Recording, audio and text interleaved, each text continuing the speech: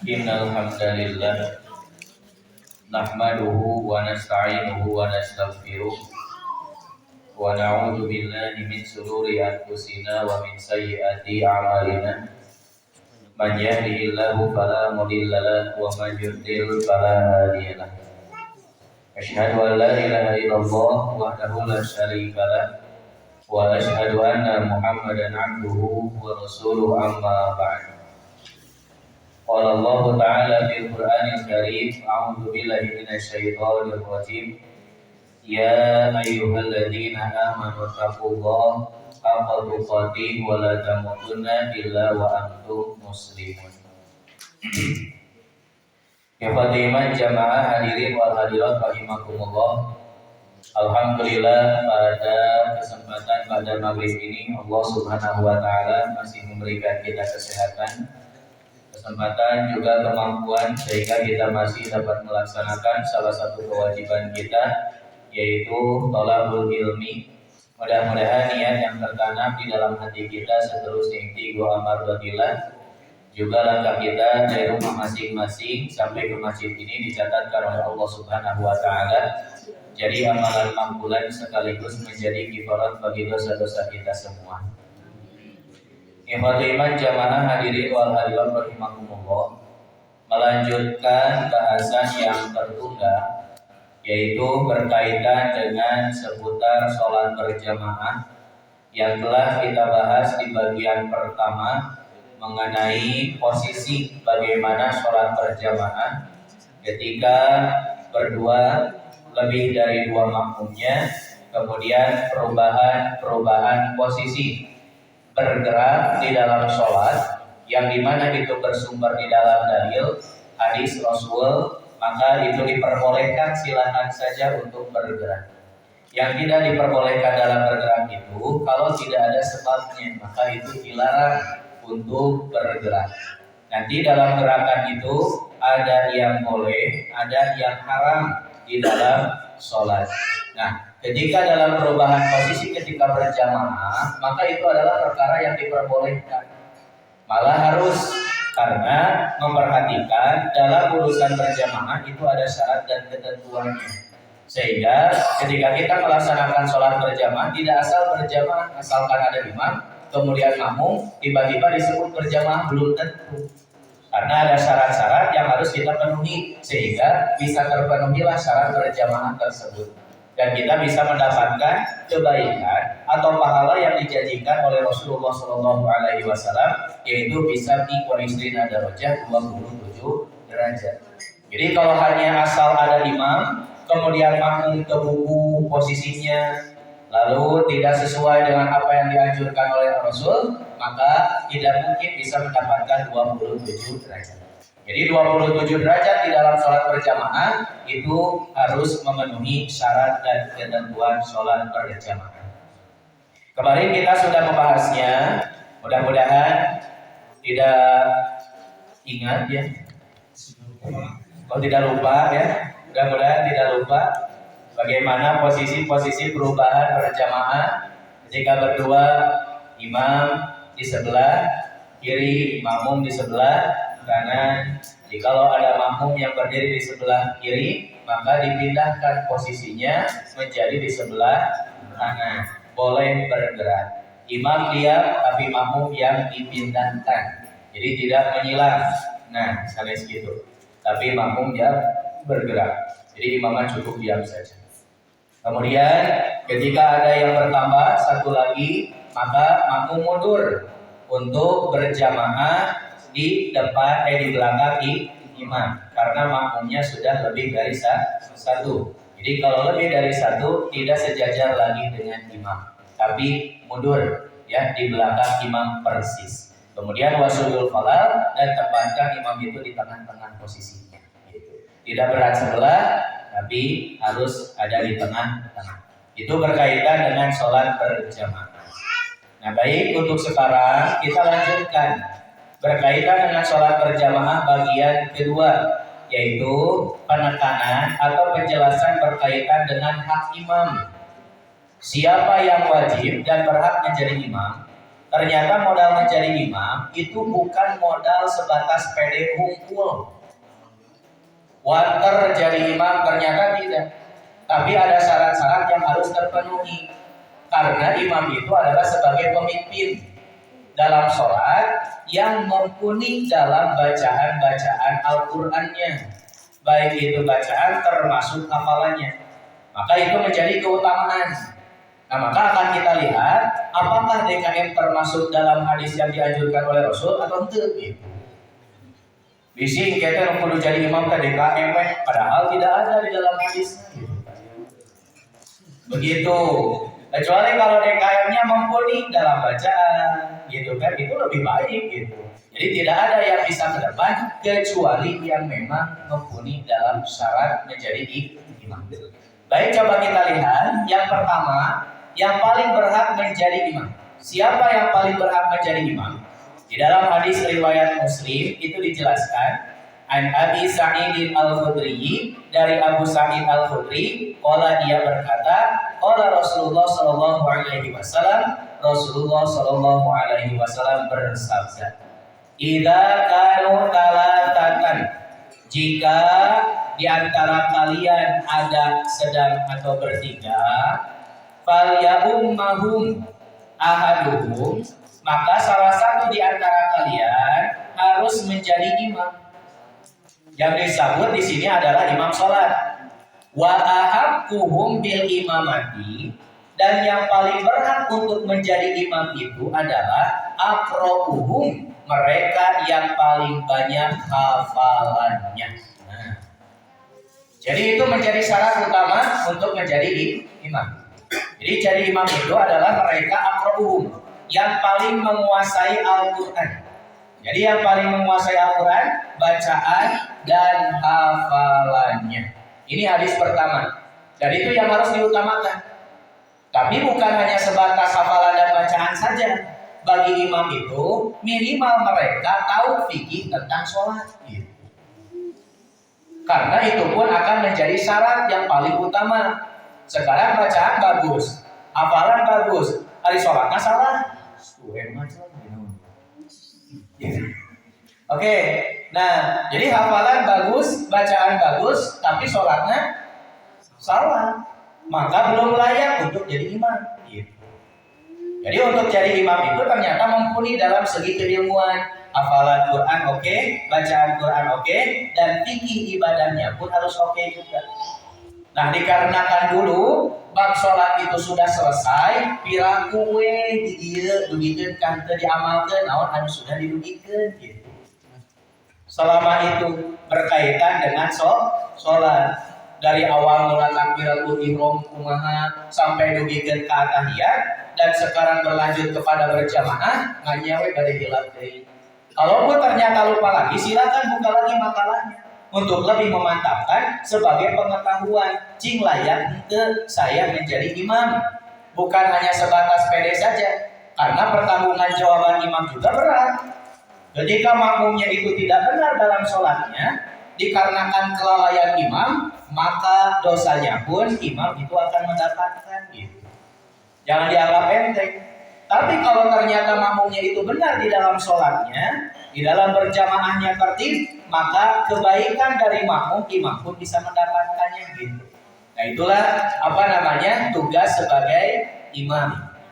Kemudian yang selanjutnya di dalam hadis riwayat Muslim, an Abi Mas'udin Al-Ansari, dari Abu Mas'ud Al-Ansari, qala dia berkata, qala Rasulullah sallallahu alaihi wasallam, Rasulullah sallallahu alaihi wasallam bersabda, ya umul qauma aqra'uhum li kitabillah. Orang yang paling pantas untuk menjadi imam itu adalah mereka yang paling menguasai bacaan Al-Qur'an. Kemudian wa in kanu fil qiraati sawaan. Kalau ternyata di Masjid Al-Ikhlas ini, Bu, ada dua orang yang sama-sama dalam penguasaan bacaan Al-Qur'annya. Dia teh imam teh, bacaan Qur'ana bagus, hafalana bagus, kayak dua orang teh. Kumaha? Dua-duanya jadi imam? Enggak, imam hiji. Maka kata Rasul, fa'alamuhum bisunnah, maka pilihlah orang yang paling menguasai sunnah, yang paham tentang hadis Rasul, yang paham tentang sunnah Rasulullah Shallallahu Alaihi Wasallam, maka dia lebih berhak untuk menjadi imam. Gitu. Berarti anu hiji deui yang memang belum tentu menguasai tentang sunnah Rasul itu menjadi imam dua. Gitu. Jadi ada imam utama, ada imam cadanganana. Yang imam cadanganana, ketika imam yang utama ada, itu tidak boleh ada yang tidak boleh ada orang yang berani untuk ke depan. Nah, disinilah pentingnya satu masjid itu ada standarisasi bacaan untuk imam. Jadi tidak sembarangan untuk jadi imam itu. Oh, berarti imam PDW. Oh, tidak. Ada syarat yang harus terpenuhi untuk menjadi imam. Nah, maka harus ada standarisasi. Karena upami ayeuna di Al-Ikhlas mau ingin menjadi imam itu daftar heula. KDKM enggak dites. Layak tidak gitu. Layak tidak. Daftarnya mah KDKM nya nu ngatesna masa hawe gitu. Yang memang ahlinya. Kan begitu. Nah, harusnya ada standarisasi di masjid. Kalau masjid-masjid yang besar itu sudah ada standarisasi bacaan untuk imam, maka mereka-mereka yang ditugaskan untuk jadi imam ya fokus, termasuk punten mukafaah nawae aya imam teh. Jadi mukafaah itu ujroh teh gaji guru gitu kan. Bahkan seperti Masjidil Haram itu gaji nate ngelekin presiden di Indonesia untuk jadi imam teh. Gajina teh, gitu kan? Seorang imam eta teh. Jadi gajina bisa lebih dari presiden di Indonesia. Nah, jadi saking mulianya gitu kan. Saking mulianya. Nah, maka di Masjid Al-Ikhlas ini pun harus ada orang yang memang diutamakan dulu. Kalau memang ternyata tidak ada yang diutamakan itu, maka yang lainnya boleh untuk mewakilkan menjadi imam. Tapi tetap itu ada tahapan-tahapan gitu kan. Siapa yang layak untuk menjadikan imam utama? Gitu, mengganti imam utama ketika imam utama itu tidak ada.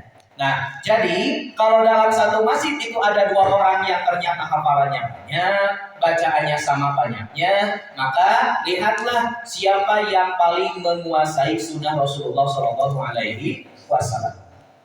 Kemudian Fa'in kanu fi sunnati sawaan. Oh, ternyata dalam pemahaman sunnah nabi sama. Hafalan sama, bacaan sama, pengetahuan tentang sunnah nabi sama. Pinter dan dia teh dua-duanya teh imam teh. Maka kata Rasul, fa'aqdamuhum hijratan, utamakanlah orang yang pertama kali hijrah ke sini. Nah, salah pertama kali kadia, maka itu adalah orang yang harus diutamakan untuk menjadi imam. Jadi ini menjadi tahapan gitu. Bacaan oke, hafalan oke, pengetahuan oke tentang sunnah Rasul. Dua orang ini, maka yang diutamakan adalah orang yang pertama kali hijrah ke tempat ini. Hari selama ini geuningan menjadi imam teh udah disuruh teh kolot wae. Nah, di mana ya kolot ini? Nah, ternyata tidak menjadi keutamaan untuk orang tua. Tapi kalau misalkan ternyata hafalan bagus, bacaan bagus, sunnah oge bagus, sama-sama hijrah kadieu teh bareng deui. Maka kata Rasulullah Shallallahu Alaihi Wasallam, fa'aqdamuhum silman, utamakanlah orang yang pertama kali masuk Islam. Nah, kumaha ngukurna? Nah, ini baru diukur dari umurnya. Orang yang tua berarti dia pertama kali masuk Islam. Nah, dan pertama gubrak ke alam dunia. Berarti dia yang pertama kali masuk Islam, maka dialah yang harus diutamakan jadi imam. Ternyata umur itu nomor kesekian, bukan paling utama di pertama. Hari di kita, orang tua lah yang diutamakan. Salilah orang tua yang kene mah cicing we, budak orang mah gitu bahasana teh. Kayak pamitos maot tak karek. Anu tanggungan maot atuh gitu kan. harusnya ketika memang imam itu sudah harus memang pada waktunya ada pengganti kader gitu kan Pak, itu harus. Nah makanya saya pernah sampaikan punten, ketika anak-anak kita yang disekolahkan untuk pesantren belajar agama, terus ada waktu libur, usia sudah mencukupi, balik gitu kan, berakal tentunya, dewasa oke, gitu. Kemudian ada waktu di sini, maka berikanlah kesempatan supados naon, supaya berkembang gitu anaknya itu. Jadi jangan sampai ditahan perkembangan anak dalam segi keilmuan ketika anjeunna di pesantren. Malah ilmu yang di pesantren itu berkembang karena ada kesempatan yang diberikan oleh kita. Seseueurna santri-santri anu tidak berkembang karena tidak diberikan kesempatan. Lolobana teh dikoreksi jadi dikoreksi gitu kan. Si eta mana unsur gitu kan. Nah, orang-orang yang memang berbeda-beda. Ketika orang dikoreksi, ada yang kuat mentalnya, dia terus gitu kan, semakin lebih bagus. Tapi aya oge anu lemah mentalnya. Karena itulah kehidupan sebetulnya. Cikuring ayeuna, nah tiasa nyarios di payun. Banyak sekali godaan-godaan atau pertama kali untuk belajar itu jebret. Tapi setiap kritikan-kritikan itu menjadi pelajaran penting. Maka terus dicas untuk terus-menerus mencari ilmu. Karena kalau pada waktu itu pas dikritik jebret, jauh kok saya merungkut. Saya kemana gitu kan. Maka disitulah yang harus dijadikan kesempatan untuk kita dikembangkan setiap anak-anak yang memang berpotensi, diberikan kesempatan. Nah kemudian wala yaqumanna rajula fil sultani fi sultanihi wala yaqud fi baitihi ala takrimatihi illa biibni. Dan ini menjadi catatan penting. Kata Rasul, jangan seseorang mengimami seseorang di daerah sewenang-wenangnya. Dan jangan duduk di rumah seseorang di ruang tamunya kecuali telah mendapatkan izin darinya.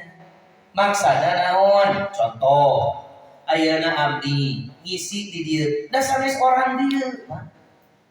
Meskipun mungkin dengan secara penilaian ibu bapak bagus bacaannya, banyak hafalannya, misal ieu mah bagus bacaannya, banyak hafalannya, pengetahuan tentang sunnahnya oke, gitu kan? Dan saya tidak bisa tiba-tiba langsung jadi imam, kecuali dengan ada izin, gitu kan? Di masjid ini, sok we Ustaz mangga, nah itu baru abdi biasa sangun kapayun. Upami henteu mah moal jo langsung cari dirinya karena merasa udah saya dari Ustaz atuh. Wah, itu berarti pengetahuannya kurang ada nyebatkeun Ustaz siga gitu. Begitu. Nah, inilah aturan dalam menjadi imam. Siapa yang berhak menjadi imam ternyata ada syarat dan ketentuannya. Aya DKM yang tadi disebutkeun di dia. Wah, iya DKM dia. Jadi jongjo DKM mah teu jadi beban gitu kan. Teu jadi beban imam. Gitu, kecuali kalau DKM-nya hafalannya bagus, bacaannya bagus, wajib eta mah gitu. Ketika ada DKM tidak boleh ada yang berani untuk menjadi imam. Gitu, Pak. Dulu saya ketika di Almanar, kalau ada DKM, moal aya nu wantun jadi imam. Pas kapayun, DKM dongkap, nganggo motor di jendela katinggal mundur deui, gitu. Begitu.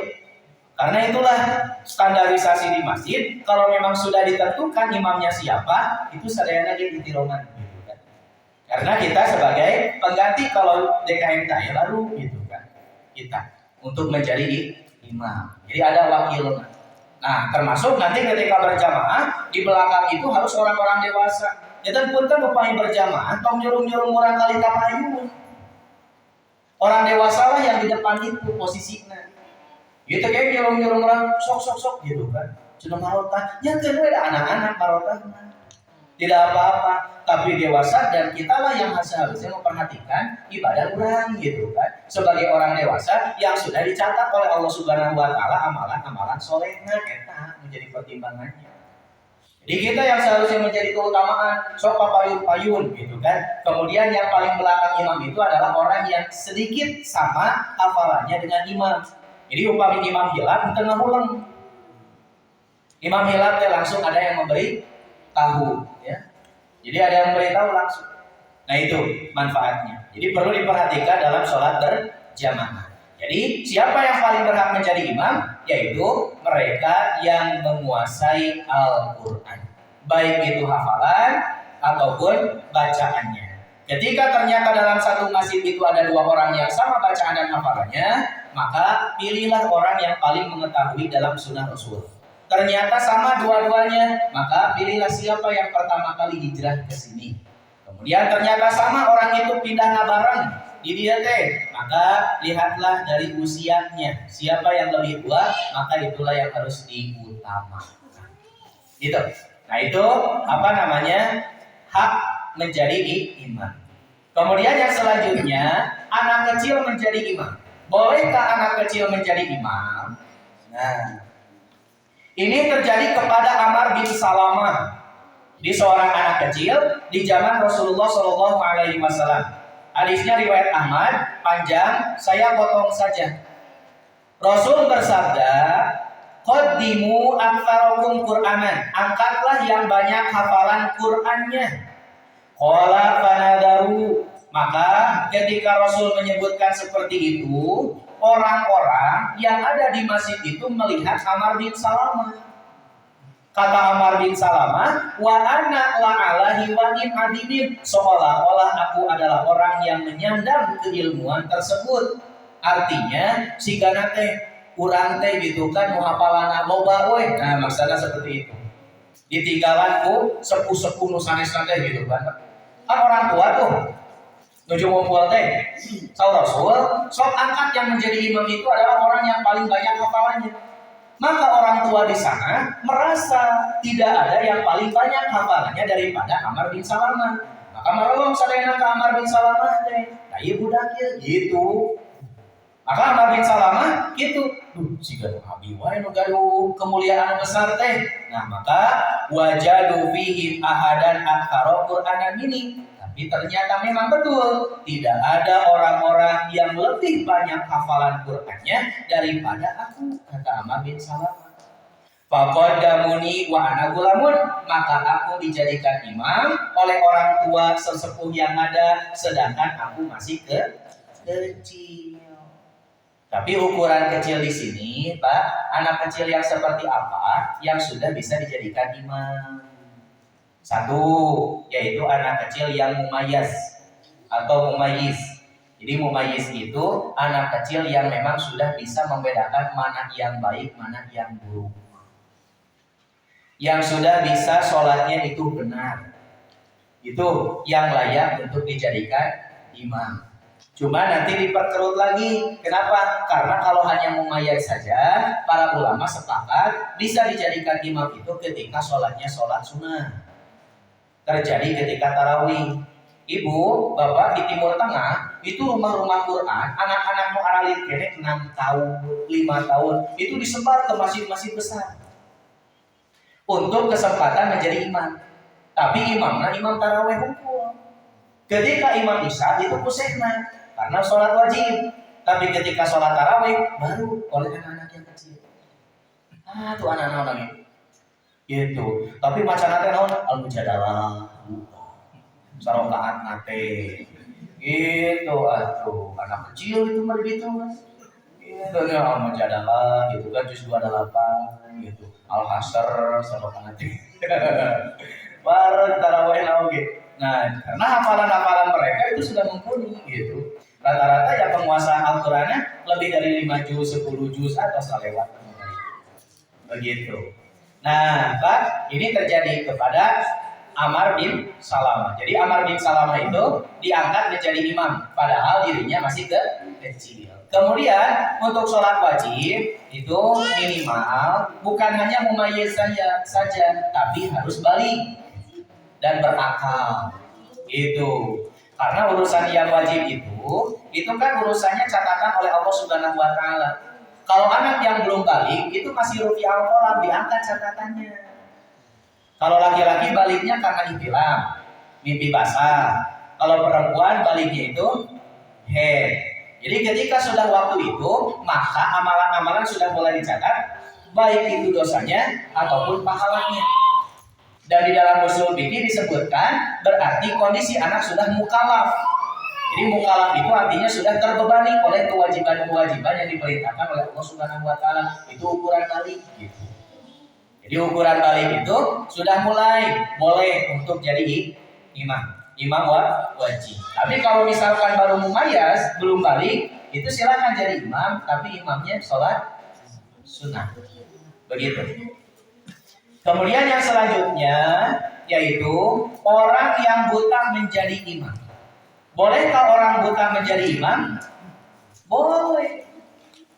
Karena ketika jadi imam itu yang membaca itu adalah bibir, bukan matanya. Ya. Jadi yang buta itu boleh jadi imam?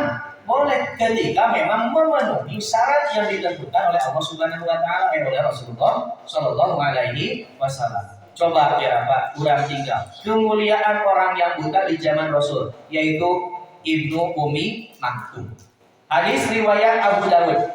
An Anasin dari Anas, anna Nabiya sallallahu alaihi wasallam, Nabi sallallahu alaihi wasallam istakhlafa ibna Ummi Maktumin, menyuruh Ibnu Ummi Maktum menggantikan beliau.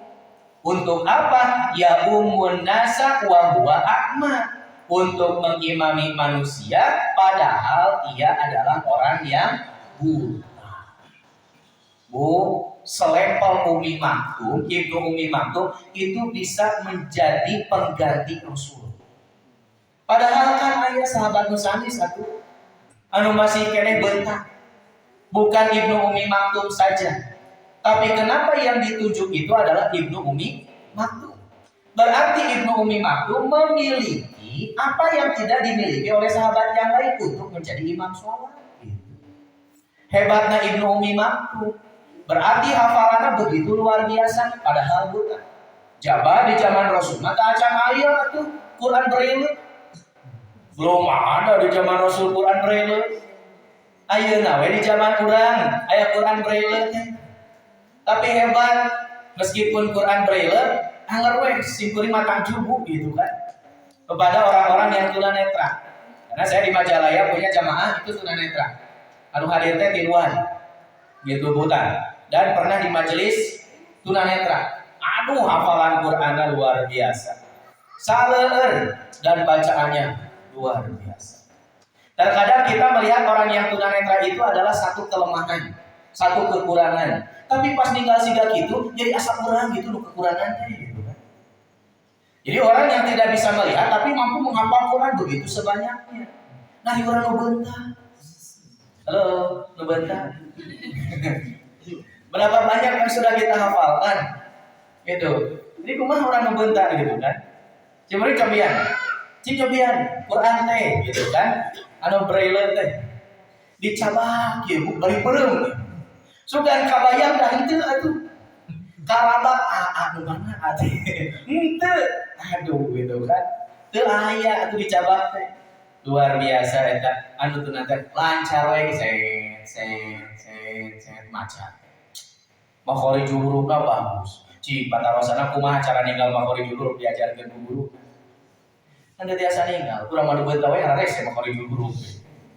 Tapi anu tunanetra atuh begitu hebatnya luar biasa. Jadi nate asa abi ieu mah kekurangan teh gitu kan. Ya dianggap mereka yang kekurangan tapi pas tinggal siga gitu mah jadi kurang gitu kan anu merasa kekurangan. Nah gitu.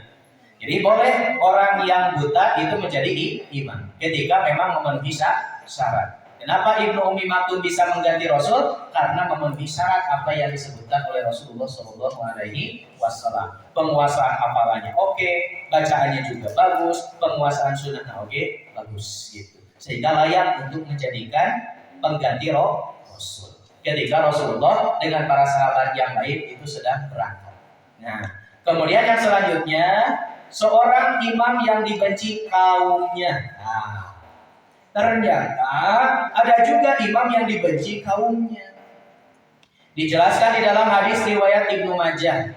Ani bin Abbasin dari Ibnu Abbas, an Rasulillah sallallahu alaihi wasallam, dari Rasulullah sallallahu alaihi wasallam qala, beliau bersabda, salah satun la tartafi'u sholatuhum fauqa ru'usihim shibron. Ada 3 golongan yang sholatnya tidak akan diangkat oleh Allah Subhanahu wa taala meskipun 1 jengkal di atas kepalanya. Moal. Jadi meskipun sakit, tak duluran mastakana, moal diangkat, artinya tidak akan diterima ku Allah gitu. Sholat nate, dan itu ada 3 golongan. Siapa saja 3 golongan ini? Yang pertama, rojulun amma qauman wa hum lahu karihun. Yang pertama yaitu seseorang yang mengimami suatu kaum sementara mereka tidak menyukainya. Membenci ka imam eta teh, teresep ka imam eta teh. Tapi punten alasan teresepnya bukan karena panjangnya imaman. Bukan karena namun namanya surat-surat yang dibacanya itu adalah surat-surat asing. Bukan itu, karena itu mah tidak termasuk. Yaitu bencinya itu ongkoh dia teh imam sholat tapi maksiat lain. Judi jalan, mabok jalan, keperempuan jalan, tapi jadi imam. Itu dibenci oleh kaumnya, wajar ketika ia sholat menjadi imam wali angkat saja kalau karena dibenci oleh kaumnya. Makanya nanti berapa jadi imam teh? Kenapa di 7 golongan yang akan mendapatkan naungan dari Allah di hari kiamat? Yang pertama disebutkan adalah al-imamul adil, yaitu imam yang adil. Karena imam yang adil itu bebannya luar biasa.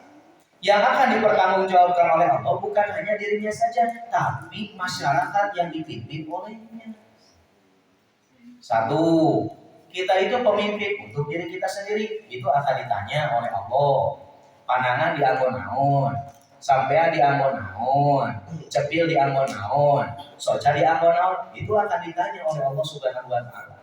Kemudian di keluarga, kita menjadi pemimpin keluarga, bakal ditanya makmumna, ibu ditanya, anak ditanya, cing kumaha kepemimpinan teh gitu kan.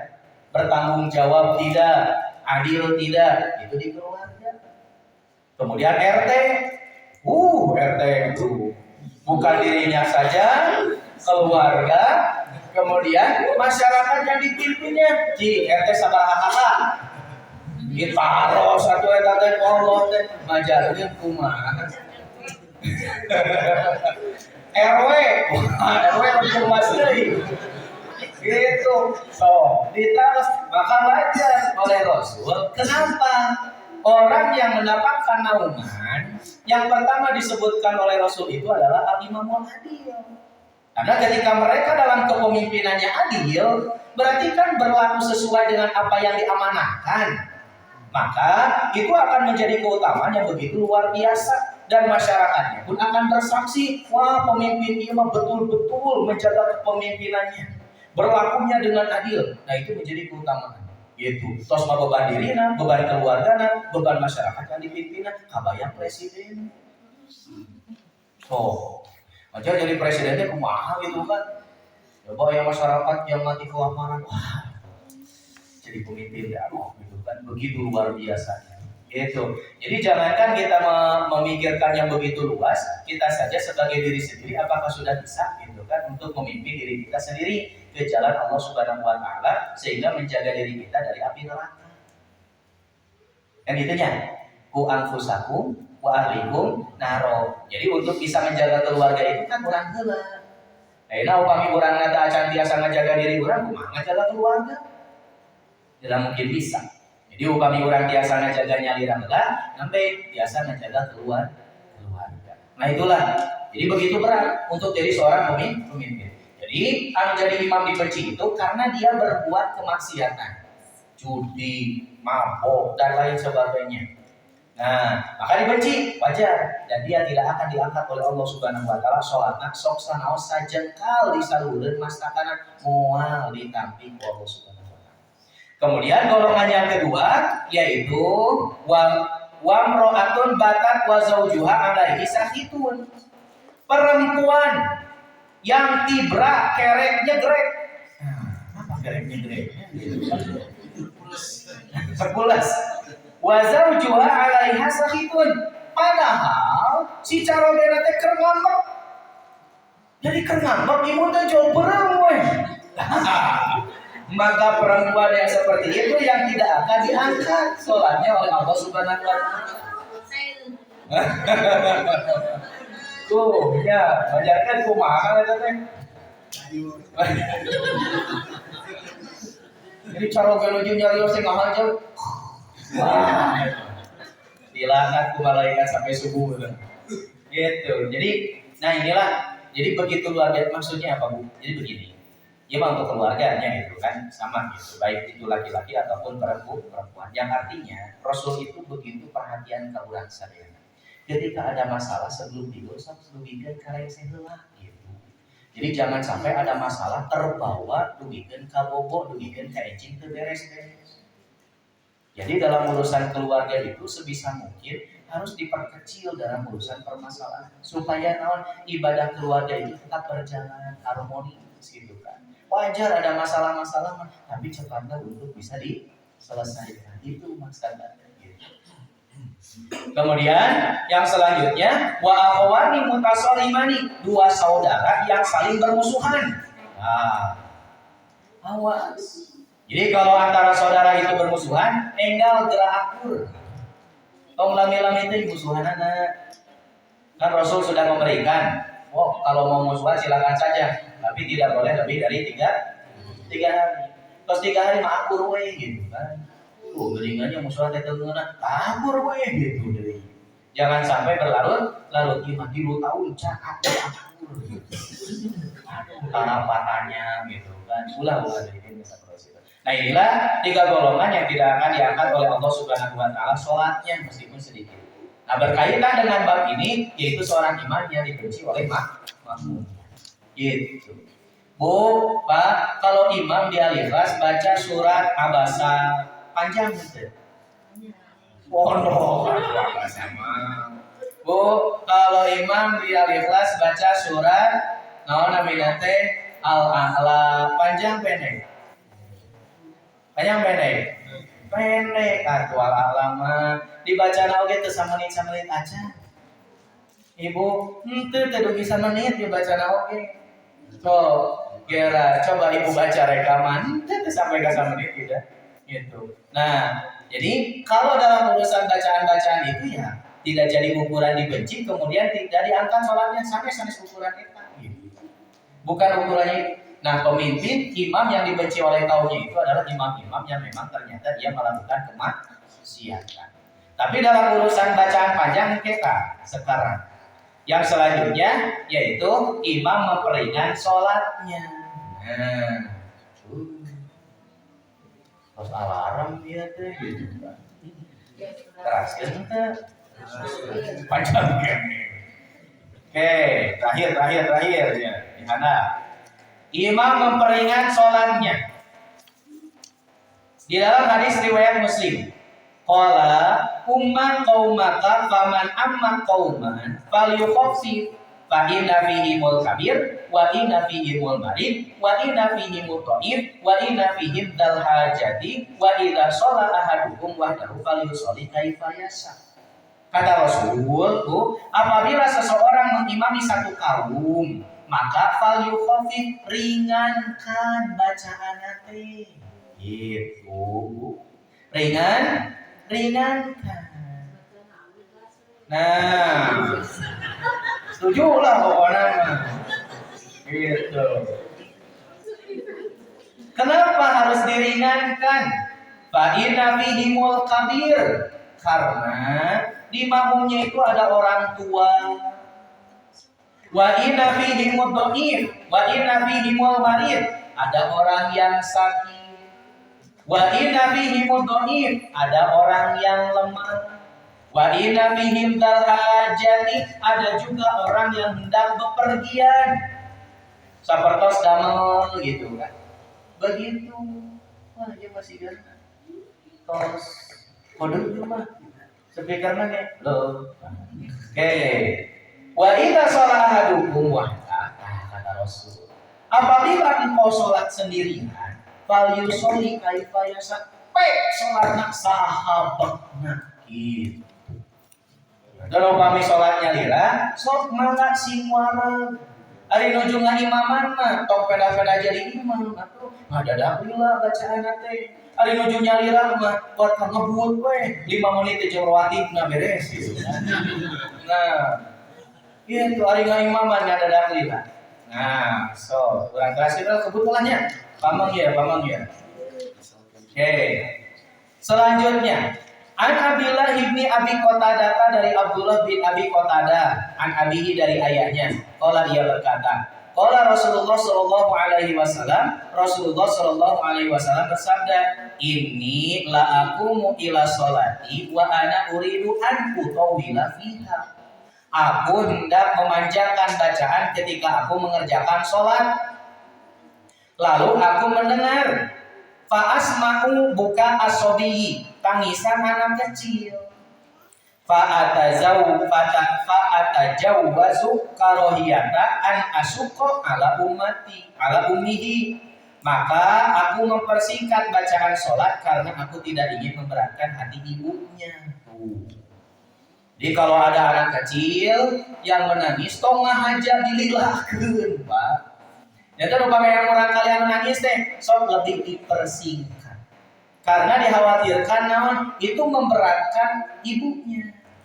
Sholatnya jadi khusyuk gitu kan, menjadi tidak tenang gitu. Dan itu terjadi kemarin saya ketika sholat id, ngahotibahnya sholat id. Ayah eta mah ketika rakaat kedua teh jol gocea we gitu. Maka dipersingkat ngaosna teh surat Asy-Syams. Karena sebelumnya sedang membaca surat An-Naba. Tadinya baru dibagi dua eta teh. An-Naba teh. Tapi karena ternyata di belakang ayat kurang kali anu nuju nangis, akhirnya mengamalkan apa yang diamalkan oleh Rasul ini. Nopo-nopo jadi nanti. Saatosna beres id, pun bojo kan ngiring dirinya. Gitu dah, di mudara venue lah. Dia tanda teh, jadwalna teh. Tadi yang barang kali kata haja di pondokkeun gitu. Soal pun bojo teh, naon da ibu naon kitu salat. Aduh. Panas di pondokkeun gitu. Naon cenah da ibu naon kitu salat teh gitu. Sugan teh salat di ibu naon. Tapi teh jadi teh salat da keur ngan-ngan. Aduh aya wae. Nah, padahal kalau nggak batal dengan haja di pondok gitu kan. Nah, seperti itu. Kemudian yang selanjutnya, tapi ini pelajaran. Jadi kalau nanti memang ternyata ada menuju berjamaah, murang kali nangis, ringankeun we. Gitu. Diringankan. Apalagi ibunya memang ada gitu. Kemudian nomor ke-18, ini hadis, ini teh nomor 18 teh Pak nyambung sareng anu kamari ieu teh. Eta nomorna teh disambungkeun. Nah, hadis riwayat An-Nasa'i, an Jabirin qala shala Mu'adz bin Jabalin li ashabil Isya. Mu'adz bin Jabal salat Isya bersama para sahabatnya. Fatawwala alaihim, dan ia memperlama salatnya. Fansarafa rajulun minna wa ukhbira Mu'adzun anhu faqala innahu munafiqun. Sehingga ada salah seorang dari kami keluar dari jamaah salat. Jadi Mu'adz bin Jabal imaman panjang. Panjangnya sakumaha Ustaz tong ditamos, panjangnya sakumaha sahabat. Untuk panjangnya siga urang.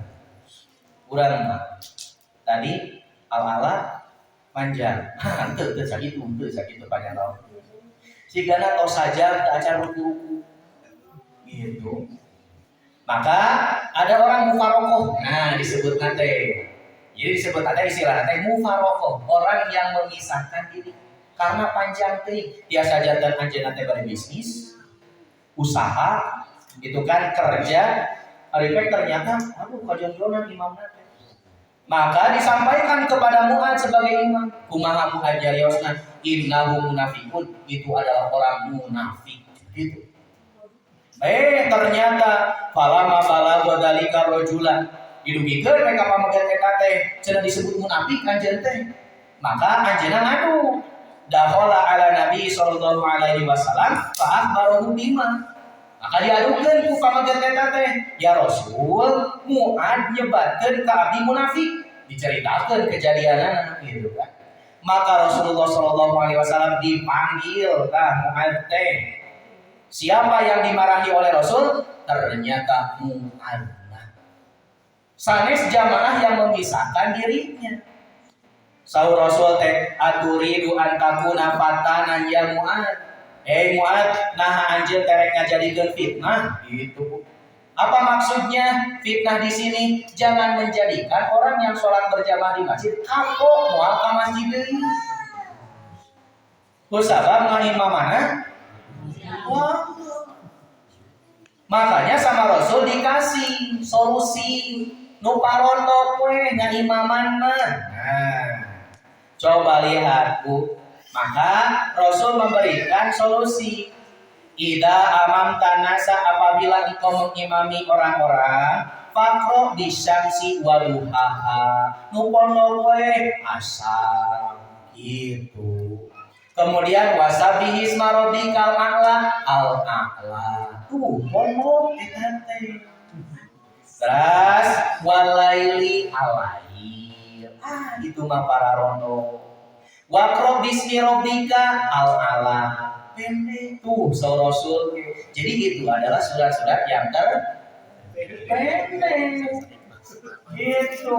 Asam panjang gitu. Pondok atuh asam mah. Kudu 5 menit aja ngaos oge. Bismillahirrahmanirrahim.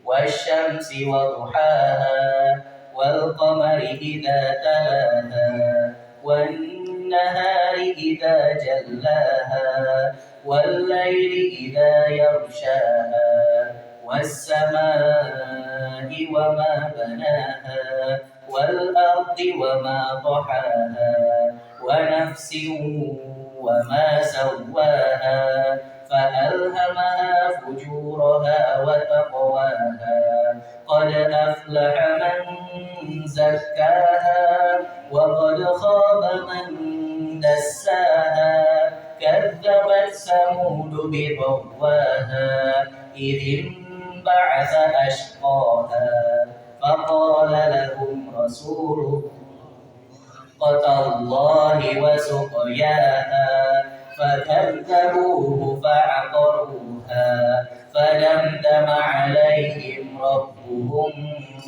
بذنبهم فسواها ولا يخاف عقباها. Bisa menit? Tuh kan pendek? Pendek. Itu asa. Kurang ceknya beli kepercantor cuma ngajarkeun teh panjang. Anu salajengna surat naon eta teh? Al-A'la. So, Bismillahirrahmanirrahim. Sabbih isma rabbikal a'la. Alladhi khalaqa fasawwa. Walladhi qaddara fahada. Walladhi akhrajal mar'a. Faja'alahu ghutha'an ahwa.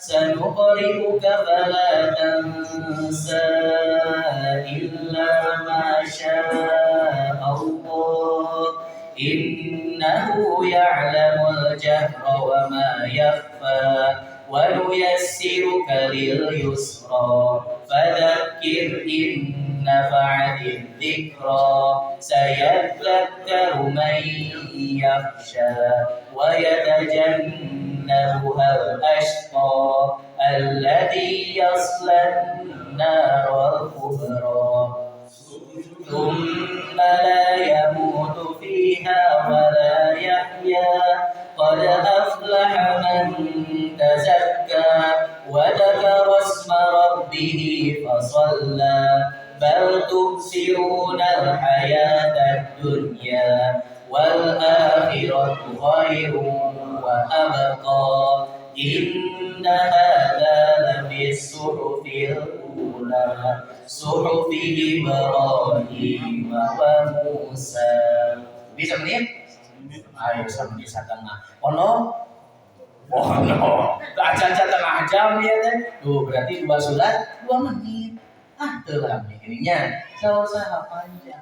Tuh gitu. Rasul mah teu ngabohong, Bu. Nu pondok-pondok Rasul mah asam al-ala al-ala gitu. Hiji deui al-ala alail kararondo eta. Bari ngacek cewek ibunya dia. Begitu, ya, dan aya nu panjang. Nah, demikianlah berkaitan dengan naon namina teh beberapa hal sholat berjamaah bagian kedua berkaitan dengan hak imam. Kemudian nanti ada kewajiban makmum terhadap imam. Dikarenakan waktunya sudah lebih korupsina, jadi dicukupkan sekian. Untuk selanjutnya di episode berikutnya. Begitu Pak Hindan, anu tiasa kami atur, mudah-mudahan aya guna sareng manfaatna. Lamunten anu kasuhun, aqulu qouli hadza wa astaghfirullah li wa lakum. Assalamualaikum warahmatullahi wabarakatuh.